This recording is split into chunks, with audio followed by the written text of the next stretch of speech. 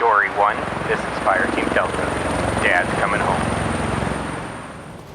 Welcome to the Military Veteran Dad Podcast, where it is our mission to bring every dad home. I am your host, Ben Killoy. I'm a United States Marine veteran, husband, and a father. We will bring authentic conversations to inspire action in your life so we can close the gap between the dad you are today and the dad you want to be tomorrow. This is the Military Veteran Dad Podcast. Welcome back to another episode of Fatherhood Friday. It is July 17th, halfway through July. And I can't help but say how much July is awesome. And today's episode is going to explain why I'm so pumped, why I'm so excited for summer this year. Last week, I went in the woods with a good friend of mine that I've been friends with probably about 4 years. Met him on the internet. He's a guy in Indiana. Met him through a common Facebook group that we've really done life together. We've shared some vulnerable moments when life gave us more than we could handle. And about a month ago, right as I was wrapping up my 75 hard journey, he invited me on a 6-day overlanding trip. And so if you're not fully aware what all that means, overlanding is essentially taking a all-terrain vehicle, and either it could be like an art ATV, it could be like one of those little dune buggy type vehicles, and going on the back roads of different places where it's usually gravel, the road isn't well maintained, there's probably puddles, there could be a tree type places. And we did that from Galena, Illinois, which is in the most northern tip of Illinois, for those geography that don't know. And then we went from Galena, Illinois, all the way up to the very top of Wisconsin, up to an island called Madeline Island. And we did that through overlanding. And he had a Land Rover, and we essentially took every back road and every zigzag you could take all the way up north. We didn't get on an interstate until we were actually on the way home. It was a little bit weird on the way home coming on the interstate without having all these zigzags and turns going on. But that experience was really eye-opening for me. And I want to kind of unpack what I took away from going into the woods for 6 days. So before we get into going into the woods, I want to pull back a little bit. So there's a couple things you need to know about me. One, I'm not a woodsy guy. Two, I'm not a camping guy. Now, there's a couple reasons why those are true. One, growing up, it was never something we did. My dad wasn't a camper. He wasn't a fisher. He wasn't a hunter. And so that part of me never got explored. Second, when I was dating my wife, we went camping up in northern Wisconsin once. And first night was great. The second night, massive rainstorm, and it was ended up being a disaster. And it kind of just ended my camping career. And that was the last time I camped in the woods. And that was almost 11 years ago. Lead up to this 6 days, the fear inside my head was raging. I could tell you, I was like, I'm not a camping guy. What the hell am I thinking about going on a camping trip? I'm not the kind of guy that goes in the woods for 6 days. I'm not the kind of guy that leaves my family back home, because I essentially did it with him, another dad, and 2 sons. I left my son back. He's a little bit younger but next year he's definitely going to be going. But the fear leading up to that, I probably called my friend Dan probably 3 times being like, I'm not sure, dude. I'm just stressing. I'm stressing about the food. I'm stressing about all these things. I am just overthinking the entire thing. I probably was ready to pull the plug at least 4 times. He talked me down each time, kind of grounded me, and eventually went in, got all my stuff, did all my shopping, and took a military sea bag. Came in handy. Hadn't used that in over 13, 15 years, so that really came in handy. Packed my sea bag, grabbed my tent, and met up in Galena, Illinois, and we headed off up north. And the strangest thing happened. 1, I didn't die. 2, I enjoyed the hell out of it. And 3, I am going camping already again in August with a different friend, because I fell in love with the process of the woods. I fell in love with the process of camping. I fell in love with the whole idea of what my friend Dan, who runs Anthem of the Adventurer podcast, says, is that men need adventure. And that word adventure was kind of our primary theme. Like, we had a plan, but we really didn't, because we really just had a bunch of contingencies and we were kind of wing it. And we were truly kind of just letting God lead us where we wanted to go. We were kind of listening for the whispers and which way we should go, kind of figuring out what felt right in that exact moment and then just taking action on it. And prior to that, I would say something maybe I haven't really talked about on the podcast a lot is I've always been a man of faith and I believe in God, but I've never really felt like I could have a conversation with him. And that sounds really weird to say open, but growing up Catholic, I just never felt a path to have a conversation with him. Now, I know that there's many ways you can have a conversation with God. There's not like a password you have to know, but I just didn't feel able to do that. And so one of the things that I was looking for in this trip, and it really kind of wrapped up right as I was doing 75 Hard, is I really felt that one thing that I was still missing was some form of truth, whether it would be my life. In some ways, I thought it was like I needed this relationship with God. This was one component that I'd really kind of put off, kind of like my health. And I was like, I think I need to pursue this further to really figure it out. And then when my friend came in and offered that 6 day, I'm like, yeah, this sounds like an amazing idea. And then the week prior, it was absolutely stressful as hell trying to lead up to it. My wife was super supportive of it. So it was all me. And my wife was all too happy to get a 6 day break for me after COVID. All of that, though, didn't happen. I absolutely fell in love with it. And some of the crazy things that I realized, like there's a word on the other side of camping that I came out with was confidently competent. Now, those aren't words that I've put together before in my head, but let me break them down a little bit. So when I was out there in the woods, I'm not a guy that knows how to swing an axe. I'm not a guy that knows how to light a fire really that well. I'm not a guy that knows all the little tricks of how to get a fire to go, what types of wood, what type of sticks, what's its shape and stuff. Like I said, I'm not a woodsy guy. And my friend Dan's son, who is 6 years old, was able to teach me how to light a fire because this kid he's grown up in the woods. He knows all the bird calls. His grandfather could just pick out a whistle in the woods and tell you exactly what bird it is. And I was awe-inspired by that skill level and being able to just receive that skill level, even from a 6-year-old. But I felt so comfortable learning it in that environment. I felt comfortable learning how to swing an axe and chop wood that we found in the woods to start our fire with. I found comfortable learning that birch wood is like, or the birch bark, not wood, but birch bark is like nature's paper. You find a lot of birch bark, you can start your fire, and it really works well as kindling. I never knew that stuff before, but I was openly able to receive that information in a very just kind of tribal way of just one person knows it, and I'm around that person, so now I have the ability to learn it. There were so many different obstacles. Like a good example was there was a couple times where there was a tree on the road. And there were sometimes they were pretty big trees, and the only thing we had really was an axe. We didn't have to pull it out for this, but as we were starting to muscle it around, my friend Dan was starting to kind of drag it, and we weren't being very successful. And I'm like, dude, we need a lever. We need a big branch, and we can lever it and lift it up and use basic laws of mechanical machines to move this tree. My brain, one, doesn't think like that.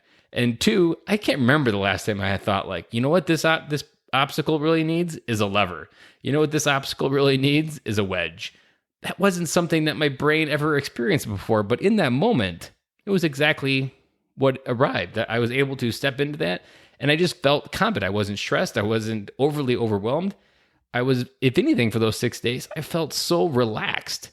And I just got to kind of be me, experience how confident I am when I'm able to just receive information, learn from it, implement it, and move on and like not get so emotionally caught up into it. I think that's something men forget within the world of cement that we live in and 2x4s, is that within this world, all the stress and anxiety that we experience is all manufactured from nothing. It's all made up. And in the woods, you're around nature. And now you have mechanical things that were made in the 2x4 and the cement world. But without that idea of what that man created, what's around you, somehow the energy of how you feel in that moment was completely different for me.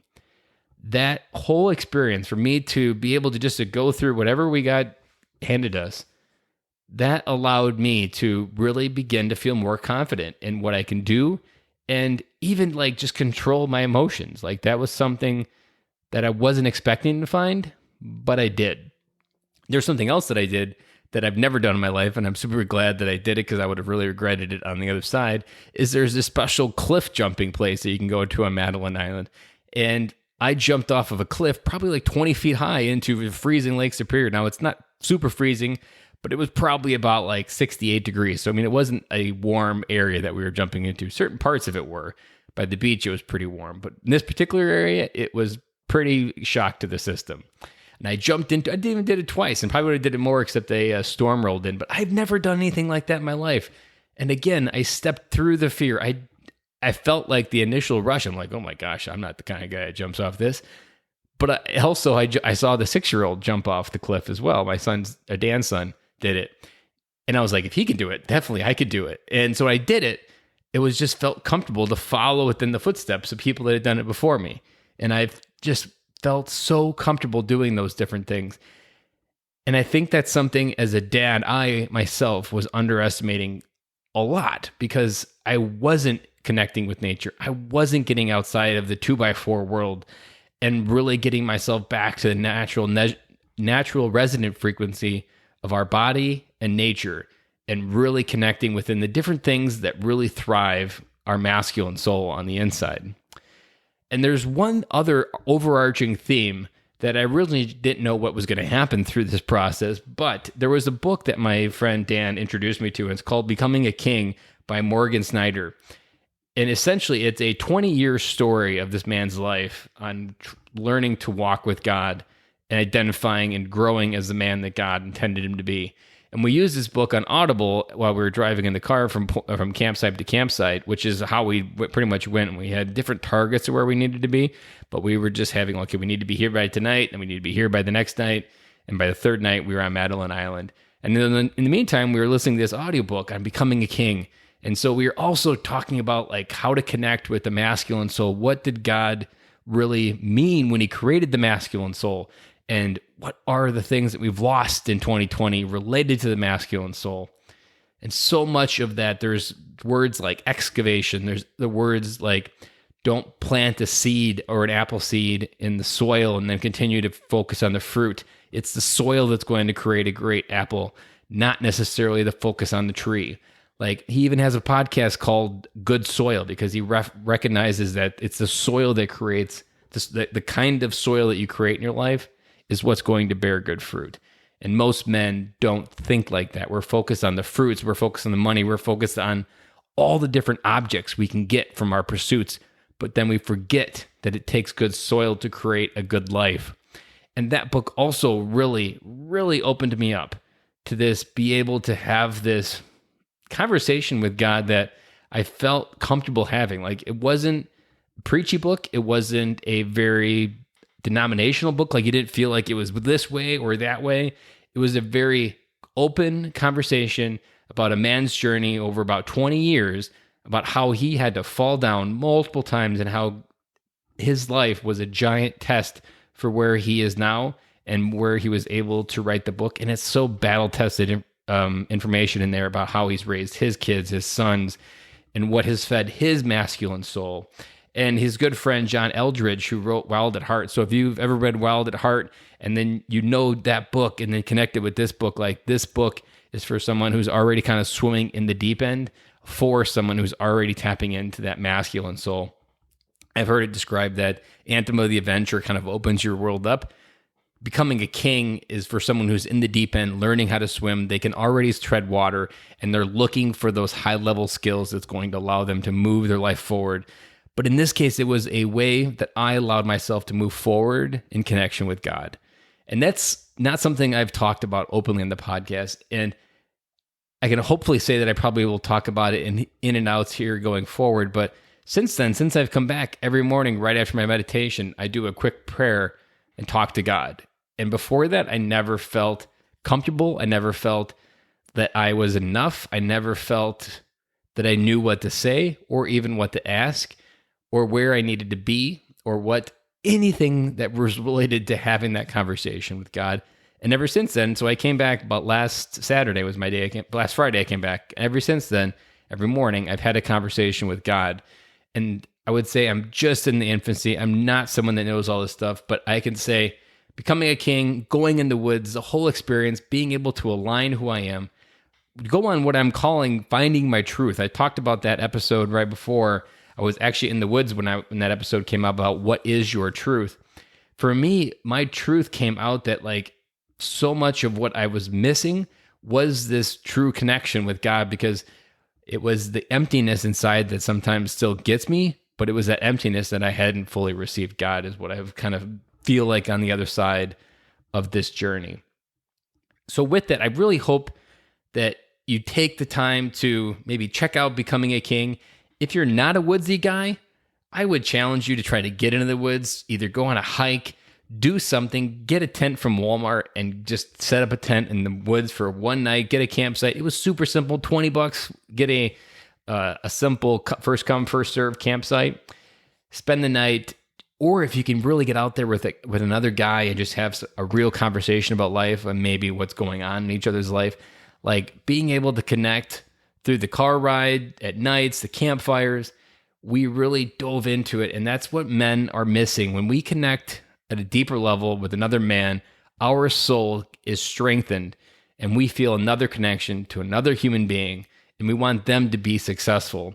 And oftentimes that's what I felt like I was missing 5 years ago. And as I began to unweave this whole thing that is my life and be able to see it from a different angle, it was that connection with other men, that deeper connection that you aren't just talking about the sports or the news that day. You're talking about what's aching inside, what you're hungry for, what are your big goals, what are you scared of most? These are the things that make a man feel not connected to another man. And that's what Becoming a King really talks about. How do you cultivate that in your life? How do you create good soil? How do you create great relationships? Because all of that really feeds into it. So for me, what I learned in the woods for 6 days was that I needed a conversation with God.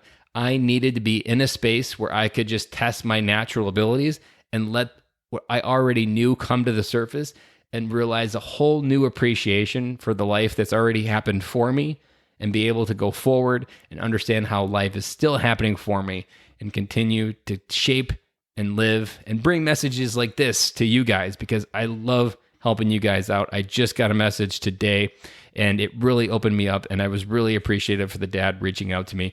And if you were listening to this and any of the part of this resonate, if you are struggling out there, I want you to know I am more than willing to have a conversation. Shoot me an email, ben@militaryveterandad.com. Please don't be shy. If you have any questions, if there's anything that that's been on your heart and you've been thinking about emailing me, you've been listening to the podcast maybe a little bit, it's time to reach out, because I love those conversations, and life is too short to not reach out. And the life that you want could be waiting just on the other side of an email with a quick question, and maybe a quick answer or a quick conversation, and maybe get you pointed in the right direction. So guys, with that, I'm going to sign off for this episode, a little bit longer, but I hope this episode hit home for you as this 6 days in the woods hit home for me. And I'll talk to you guys again on Monday.